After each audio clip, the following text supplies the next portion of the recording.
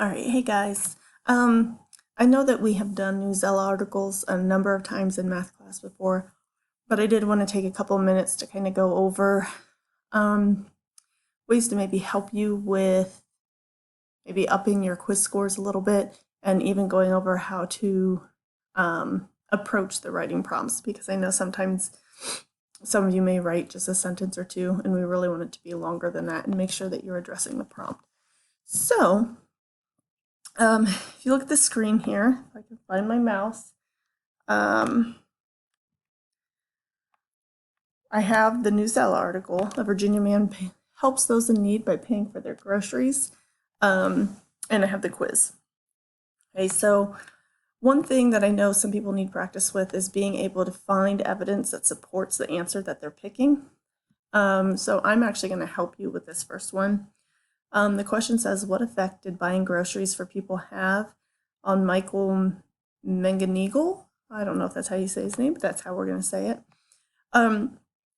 So in answering these questions, you want to be able to find proof that shows what the correct answer is.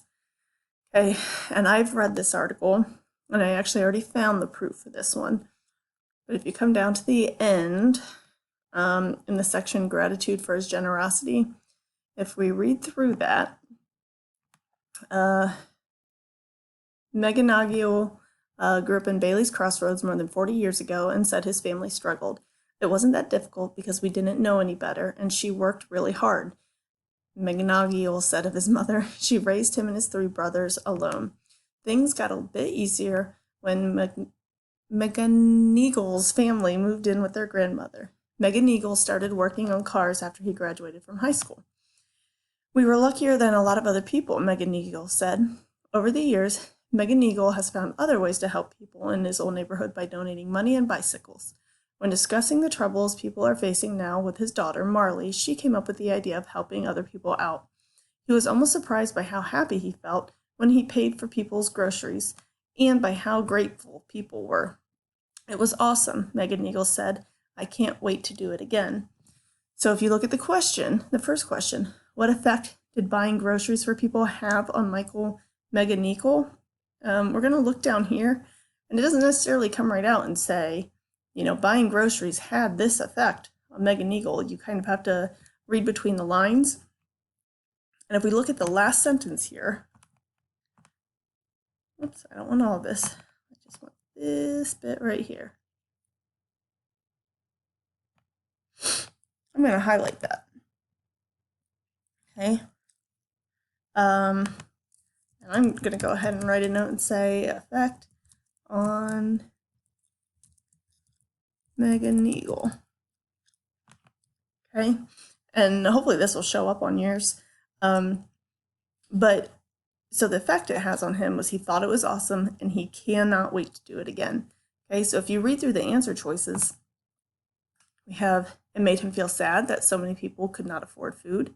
B, it made him feel happy and eager to help even more people. C, it made him feel grateful that the store owner allowed him to pay.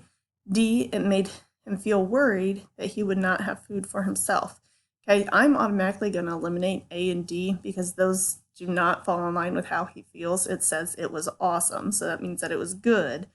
And then he said, I can't wait to do it again. Okay, and I'm down to B and C here for answer choices. And when he says, I can't wait to do it again, that means that he's eager to help even more people.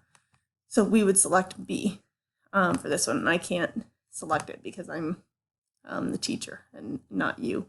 But you would select B for this one.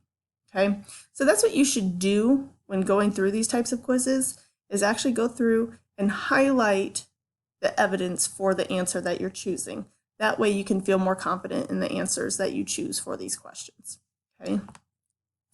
I'm not going to go over the power words because you guys generally do very well with those, but let's look at the writing prompt.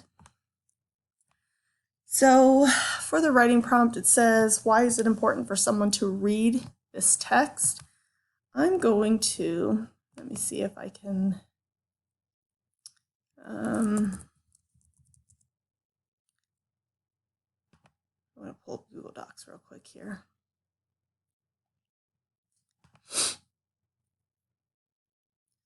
When you answer these types of writing prompts, you want to reword the prompt in your writing. That way you know you're addressing what's being asked. So it says, why is it important for someone to read this text?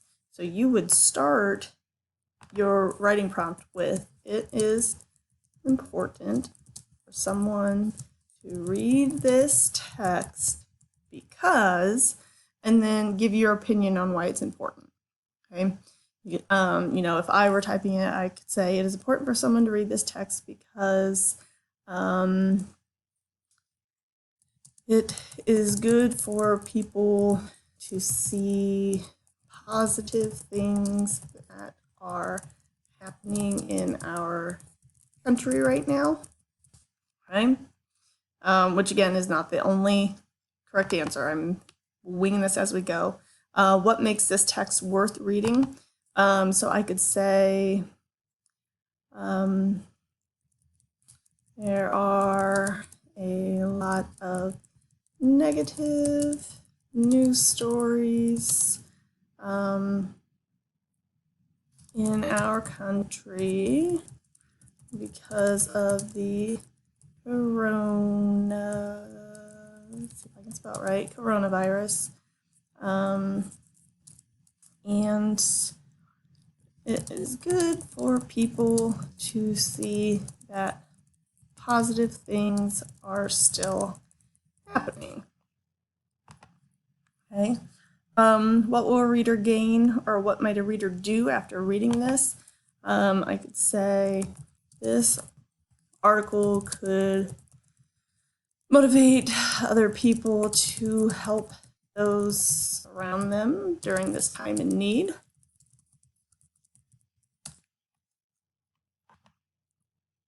And then support your response with specific details from the text.